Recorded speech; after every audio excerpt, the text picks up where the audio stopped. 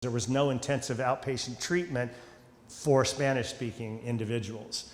And this culture is not used to speaking up, okay? And so they're not getting the services that they need. We weren't the experts of the community we were trying to serve, and we needed to build an advisory council made up of the people that we serve to kind of guide the organization. July of 2021, we put together a focus group of 8 Hispanic men, and at the same time, this young man and this woman here, we decided that we were going to make a documentary that was all in Spanish with English subtitles.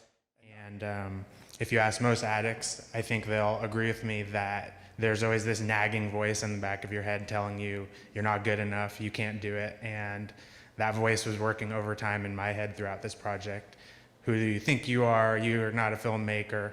And I just wanted to say that all the times I wanted to give up, the bravery of the people that we were talking to and the power of their stories buoyed me. And it reminded me that this wasn't really about me.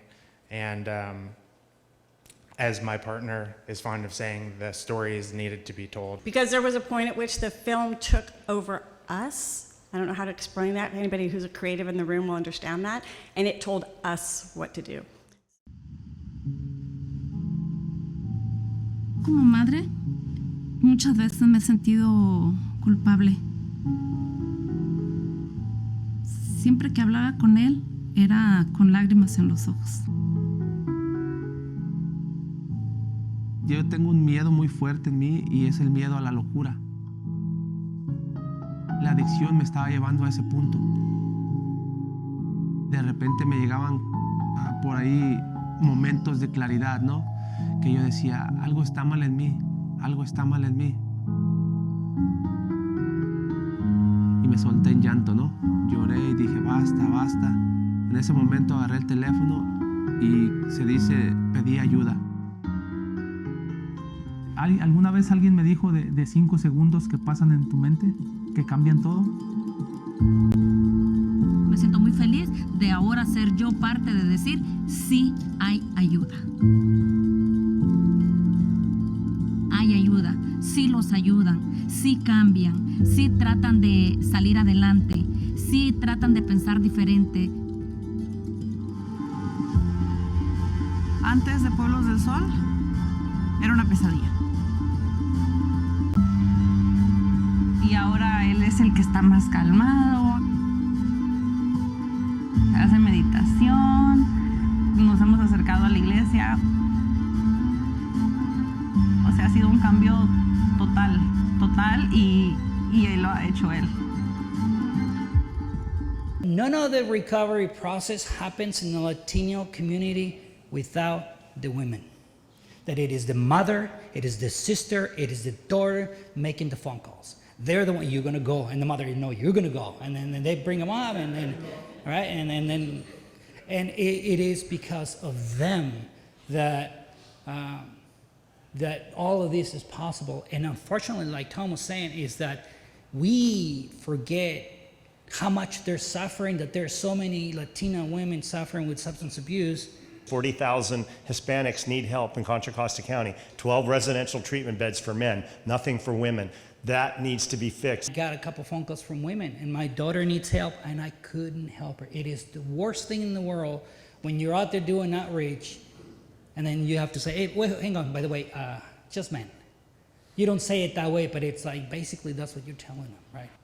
The #1 need in our community around treatment and recovery is for women, Hispanic women and Hispanic women with children, because there's nothing there for them. I mean, when you think about the number of people suffering, like Tom said, 40,000, according to SANSA, and these are obviously statistics that are officially by the government, that there's about 40,000 suffering Hispanics with substance use disorder in Contra Costa County. We need to do more. It is a neglected group of people at every level.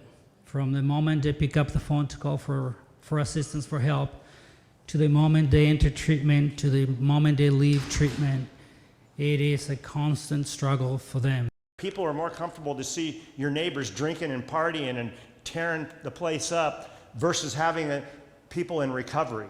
And that's, you know, it's amplified within the Hispanic community. He's telling me that like half the men, 80% of the men that were in his group could not read Spanish.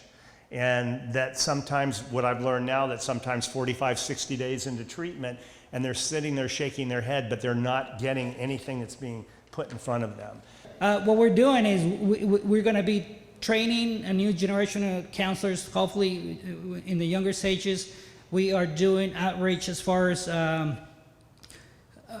trying to get the treatment services to the jails. Sometimes, you know, they don't have a place to go.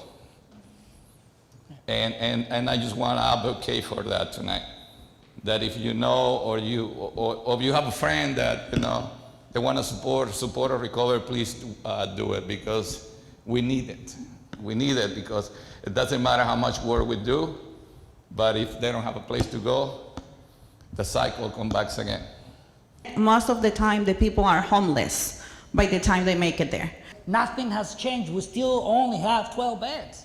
You know, one of the greatest things I learned from the film itself was the importance and necessity of community in solving deep problems. And, you know, this story is a local story, but it's a microcosm of something that's happening all over the country.